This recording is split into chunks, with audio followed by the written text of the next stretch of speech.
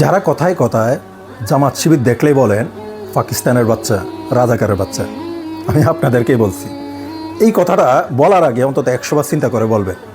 কারণ আপনি যাদেরকে পাকিস্তানের বাচ্চা বলছেন, রাজাকারের বাচ্চা বলছেন, তাদের জন্ম কিন্তু পাকিস্তানে না, এই বাংলাদেশে। আপনি কি জানেন আপনি যাকে পাকিস্তানের বাচ্চা বলছেন, যে গালিটা আপনি দিচ্ছেন সেই গালিটা আপনার নেতার উপর গিয়ে পড়ে? আপনি হয়তো বা জানেন না, আপনি নিজেও জানেন না আপনার নেতার জন্ম কোথায়। তাহলে আমি আপনাদেরকে আজকে দেখাই দিতেছি আপনার নেতার জন্ম কোথায়। যদি বাংলায় জন্ম নিয়ে যদি পাকিস্তানের বাচ্চা হয়, তাহলে আপনার নেতা যদি পাকিস্তানে জন্ম হয়, তাহলে ও কী হবে একটু চিন্তা করিয়েন। আমি আপনাদেরকে প্রমাণসহ দেখিয়ে দিচ্ছি আপনার নেতার জন্ম কোথায়।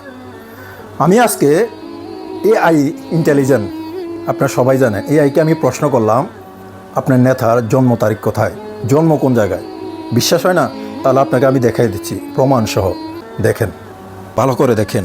আমি বর্তমান সময়ের সবচেয়ে অত্যাধুনিক প্রযুক্তি, সবচেয়ে ইন্টেলিজেন্ট যে অনলাইন ChatGPT এআই, আমি এআইকে জিজ্ঞাসা করলাম আপনাদের নেতার জন্ম কোথায়। দেখেন, ভালো করে দেখেন। আমি জিজ্ঞাসা করলাম এআইকে বিএনপি নেতা তারেক রহমানের জন্ম কোথায়। তখন এআই আমাকে জবাব দেয় বিএনপির ভারপ্রাপ্ত চেয়ারম্যান তারেক রহমানের জন্মস্থান হচ্ছে বগুড়া জেলার বাংলাদেশ।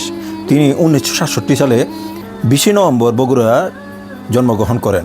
তারপরে এআইকে আমি আবার জিজ্ঞাসা করলাম, আমি তো জানি তার জন্ম হয়েছিল পাকিস্তানের করাচিতে। এআই আমাকে জবাব দেয়, ভালো করে দেখেন আপনারা, আপনি ঠিকই জানেন তারেক রহমানের জন্মস্থান আসলে পাকিস্তানের করাচি। বিষয়টা হলো 1967 সালে যখন তার জন্ম হয় তখন বাংলাদেশ এখনও স্বাধীন হয়নি, তখন দেশটি ছিল পাকিস্তানের অংশ, তাই তিনি করাচি জন্মগ্রহণ করেছিলেন। ভালো করে দেখছেন আপনারা, ভালো করে দেখে রাখেন। এটা এআইয়ের উত্তর। তারপরে এআই আমাকে তারেক রহমানের পুরো জন্ম তারিখের আমারে বিস্তারিত দেন। নাম হচ্ছে তারেক রহমান, জন্ম তারিখ 20 নভেম্বর 1967। জন্মস্থান কোথায় দেখেন, করাচি, পাকিস্তান। তৎকালীন পূর্ব এবং পশ্চিম পাকিস্তানে সংযুক্ত ছিল।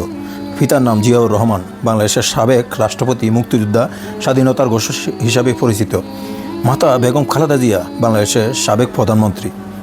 আপনারা তো দেখলেন আপনার নেতার জন্ম কোথায়। যদি আপনার নেতার জন্ম পাকিস্তানে হয়, তাহলে অন্যকে পাকিস্তানির বাচ্চা বা রাজাকারের বাচ্চা বলার আগে 100 বার চিন্তা করবেন, কারণ সে গালিটা আপনার নেতার উপর গিয়ে পড়ে।